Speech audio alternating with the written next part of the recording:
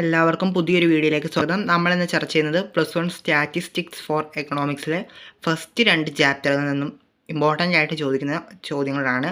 ഇത് ഞാൻ പറയട്ടെ, സ്റ്റാറ്റിസ്റ്റിക്സ് ഫോർ എക്കണോമിക്സ്, അതായത് സാമ്പത്തിക ശാസ്ത്രത്തിനുള്ള സാംഖികം എന്ന ഭാഗത്തെ ആണ്. അല്ലാതെ സ്റ്റാറ്റിസ്റ്റിക്സ് എന്ന് പറഞ്ഞ വേറൊരു സബ്ജക്റ്റ് ഉണ്ട്, അതല്ല ഇത്. അപ്പം സ്റ്റാറ്റിസ്റ്റിക്സ് ഫോർ എക്കണോമിക്സിലെ ആദ്യത്തെ 2 ചാപ്റ്ററിൽ നിന്നും ചോദിക്കുന്ന ഇമ്പോർട്ടൻ്റ് ആയിട്ടുള്ള ക്വസ്റ്റ്യൻസ് നമുക്ക് നോക്കാം. ഫസ്റ്റ് ചാപ്റ്ററിൽ നിന്ന് നമുക്ക് സ്റ്റാറ്റിസ്റ്റിക്സ് ഇൻട്രഡക്ഷൻ, സാംഖികം ഒരു ആമുഖം എന്ന ചാപ്റ്ററാണ്. ആ ചാപ്റ്ററിൽ നിന്ന് മെയിനായിട്ട് 2 ചോദ്യങ്ങളെ വരുള്ളൂ. ഈ 2 ചോദ്യങ്ങൾ മാത്രം നമ്മൾ പഠിച്ചാൽ മതി. ഫസ്റ്റത്തെ ക്വസ്റ്റ്യൻ നോക്കാം. ഡിഫൈൻ സ്റ്റാറ്റിസ്റ്റിക്സ്, സാംഖികം നിർവചിക്കുക. 3 മാർക്കിന് ചോദിക്കുന്ന ചോദ്യമാണ്. അപ്പോൾ സാംഖികം എന്ന പദത്തെ ഏകവചനമായും ബഹുവചനമായിട്ടും ഉപയോഗിക്കാറുണ്ട്, അതായത് സിംഗുലറായിട്ടും പ്ലൂറലായിട്ടും ഉപയോഗിക്കാറുണ്ട്. ആ ഒരു വിശദീകരണമാണ് നിങ്ങൾ എഴുതേണ്ടത്. ഡിഫൈൻ സ്റ്റാറ്റിസ്റ്റിക്സ്, സാംഖികം നിർവചിക്കുക. 3 മാർക്കിന് ചോദ്യമാണ്. രണ്ടാമത്തെ ചോദ്യം നോക്കാം. Write the uses of statistics in economics, അതായത് സാമ്പത്തിക ശാസ്ത്രത്തിൽ സാംഖികത്തിൻ്റെ ഉപയോഗങ്ങൾ എഴുതുക. 5 മാർക്കിന് ചോദിക്കുന്ന ചോദ്യമാണ്. ഇത് വേറൊരു തരത്തിലും ചോദിക്കാറുണ്ട്. Write the importance of statistics in economics, അതായത് സാമ്പത്തിക ശാസ്ത്രത്തിൽ സാംഖികത്തിന് പ്രാധാന്യം എഴുതുക എന്ന രീതിയിലും ചോദിക്കാറുണ്ട്. എങ്ങനെ ചോദിച്ചാലും നിങ്ങൾ എഴുതേണ്ടതാണ്. അപ്പം എന്തൊക്കെയായിരുന്നു സാമ്പത്തിക ശാസ്ത്രത്തിൽ സാംഖികത്തിൻ്റെ ഉപയോഗം? സാമ്പത്തിക ശാസ്ത്രജ്ഞന്മാരുടെ, അതായത് എക്കണോമിക്സിൻ്റെ കയ്യിലുള്ള ഒഴിച്ചുകൂടാൻ പറ്റാത്ത ഒരു ഉപകരണമാണ് സ്റ്റാറ്റിസ്റ്റിക്സ് അല്ലെങ്കിൽ സാംഖികം എന്ന് പറയുന്നത്. സർക്കാരിൻ്റെ പോളിസീസ് രൂപീകരിക്കാനും എല്ലാത്തിനും ഇത് ഉപയോഗിക്കുന്നു. അങ്ങനെ ഉള്ള ആ ഒരു പോയിൻറ്റ്സാണ് നിങ്ങൾ എഴുതേണ്ടത്. ഇനി ഈ 2 കാര്യങ്ങൾ മാത്രമേ നമുക്ക് ഫസ്റ്റ് ചാപ്റ്ററിൽ നിന്ന് പഠിക്കാനുള്ളൂ. സ്റ്റാറ്റിസ്റ്റിക്സ് ഫോർ എക്കണോമിക്സിലെ ഫസ്റ്റ് ചാപ്റ്ററിൽ നിന്നും ഈ 2 ചോദ്യങ്ങളെ മെയിനായിട്ടും വരുള്ളൂ. ഇനി നമുക്ക് സ്റ്റാറ്റിസ്റ്റിക്സ് ഫോർ എക്കണോമിക്സിലെ സെക്കൻഡ് ചാപ്റ്ററിൽ നിന്ന് വരുന്ന ചോദ്യം നോക്കാം. സെക്കൻഡ് ചാപ്റ്ററിൽ കുറേ തിയറി ക്വസ്റ്റ്യൻസ് ഉണ്ട്. നമ്മുടെ ആദ്യത്തെ 3 ചാപ്റ്റർ വരെ കുറച്ച് തിയറിയാണ്, അത് കഴിഞ്ഞാണ് പ്രോബ്ലംസ് ഒക്കെ വരുന്നത്. അപ്പോൾ സെക്കൻഡ് ചാപ്റ്ററിൽ കുറേ കാര്യങ്ങൾ പഠിക്കാനുണ്ട്.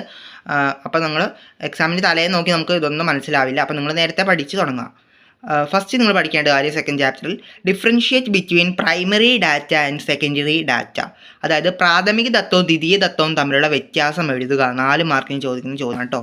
പ്രാഥമിക തത്വവും ദ്വിതീയ തത്വവും തമ്മിലുള്ള വ്യത്യാസം, difference between primary data and secondary data, അത് പഠിച്ചു വെക്കുക. 4 മാർക്കിന് ചോദിക്കും. അത് കഴിഞ്ഞ് പഠിക്കേണ്ട ചോദ്യമാണ് write the qualities of A good questionnaire, അതായത് ഒരു നല്ല ചോദ്യാവലിയുടെ ഗുണങ്ങൾ എഴുതുക. 4 മാർക്കിന് ചോദിക്കുന്ന ചോദ്യമാണ് കേട്ടോ. Write the qualities of A good questionnaire, ഒരു നല്ല ചോദ്യാവലിയുടെ ഗുണങ്ങൾ, 4 മാർക്കിന് ചോദിക്കും. അത് കഴിഞ്ഞ് പഠിക്കേണ്ടത് write down the 3 methods of measuring primary data, explain the advantages and disadvantages of these methods. 5 മാർക്കിന് എപ്പോഴും ചോദിക്കുന്ന ചോദ്യമാണ്. പ്രാഥമിക ദത്തങ്ങൾ ശേഖരിക്കുന്ന 3 രീതികൾ എഴുതുക. അവയുടെ മേന്മകളും പോരായ്മകളും എഴുതുക. നമുക്കറിയാം, ടെലിഫോൺ ഇൻ്റർവ്യൂ, നേരിട്ടുള്ള ഇൻ്റർവ്യൂ, പിന്നെ എന്താണ് മെയിലിംഗ് ക്വസ്റ്റ്യനെയർ, അങ്ങനെ ഉള്ള ആ രീതികൾ പഠിച്ചു വെക്കുക. അവയുടെ ഗുണങ്ങളും ദോഷങ്ങളും പഠിക്കുക. അടുത്ത പഠിക്കേണ്ട ചോദ്യമാണ് what is pilot survey, list out it's advantages. എന്താണ് പരീക്ഷണ സർവേ, അതിൻ്റെ ഗുണങ്ങൾ എഴുതുക. 3 മാർക്കിന് ചോദിക്കുന്ന ചോദ്യമാണ്. നമ്മൾ പറഞ്ഞു എന്തായിരുന്നു, ചോദ്യാവലിയുടെ മുൻകൂട്ടിയുള്ള പരീക്ഷണമാണ് പൈലറ്റ് സർവേ. ചോദ്യങ്ങളിൽ തെറ്റ് തിരുത്താനൊക്കെ ഇത് സഹായിക്കുമെന്ന് പറഞ്ഞിരുന്നു. അങ്ങനെയുള്ള ആ പോയിൻറ്റ്സും അതിൻ്റെ ഡെഫിനിഷൻസും പഠിച്ചു വെക്കുക. അടുത്ത ചോദ്യം distinguish between census survey and sample survey. എപ്പോഴും എക്സാമിന് ചോദിക്കുന്നതാണ് distinguish between census survey and sample survey. ഇത് 4 മാർക്കിന് ചോദിക്കുന്ന ചോദ്യമാണ്. Census സർവേയും sample സർവേയും വേർതിരിച്ചെഴുതുക. 4 മാർക്കിന് ചോദിക്കുന്ന ചോദ്യമാണ്. ഇനി അടുത്ത ചോദ്യം നോക്കാം. Differentiate between population and sample, അതായത് സമഷ്ടിയും സാമ്പിളും തമ്മിലുള്ള വ്യത്യാസം എഴുതുക. Differentiate between population and sample, സമഷ്ടിയും സാമ്പിളും തമ്മിലുള്ള വ്യത്യാസം. ഇത് 2 മാർക്കിനും 4 മാർക്കിനും ചോദിച്ചു വരുന്ന ചോദ്യമാണ്. അടുത്ത ചോദ്യം നോക്കാം. Distinguish between random sampling and non random sampling, യാദൃശ്ചിക സാമ്പിളിങ്ങും യാദൃശ്ചികമല്ലാത്ത സാമ്പിളിങ്ങും തമ്മിൽ വിവേചിക്കുക. 3 മാർക്കിന് ചോദിക്കുന്ന ഒരു ക്വസ്റ്റ്യനാണ്. യാദൃശ്ചിക സാമ്പിളിങ്ങും യാദൃശ്ചികമല്ലാത്ത സാമ്പിളിങ്ങും തമ്മിലുള്ള വ്യത്യാസം എഴുതാൻ, അതായത് റാൻഡം സാമ്പിളിങ്ങും നോൺ റാൻഡം സാമ്പിളിങ്ങും തമ്മിലുള്ള വ്യത്യാസങ്ങൾ എഴുതാൻ. അടുത്ത ചോദ്യം നോക്കാം. Distinguish between sampling errors and non sampling errors, അതായത് സാമ്പിളിംഗ് പിഴവുകളും സാമ്പിളിംഗേതര പിഴവുകളും വിവേചിക്കുക. 4 മാർക്കിന് ചോദിക്കുന്ന ചോദ്യമാണ്.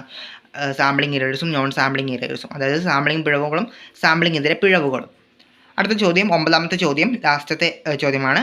ഇത് വളരെ ഇമ്പോർട്ടൻ്റ് ആയിട്ട് കാണാറുള്ള അടുത്തൊരു ചോദ്യമാണ്.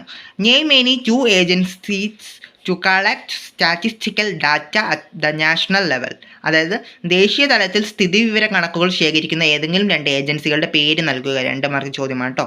Name any 2 agencies to collect statistical data at the national level, ദേശീയ തലത്തിൽ സ്ഥിതിവിവര കണക്കുകൾ ശേഖരിക്കുന്ന ഏതെങ്കിലും 2 ഏജൻസികളുടെ പേര് നൽകാൻ. ഇത് നിങ്ങൾ അറിയുവാണെങ്കിൽ, ഈ ചോദ്യത്തിന് ഉത്തരം അറിയുവാണെങ്കിൽ നിങ്ങൾ കമൻറ്റ് ചെയ്യുക. അത് അറിയാത്തവർക്ക് വളരെ ഉപകാരമാവും. അപ്പം അടുത്ത സ്റ്റാറ്റിസ്റ്റിക്സ് ഫോർ എക്കണോമിക്സ് ക്ലാസ്സിൽ നമുക്കിനി വീണ്ടും കാണാം.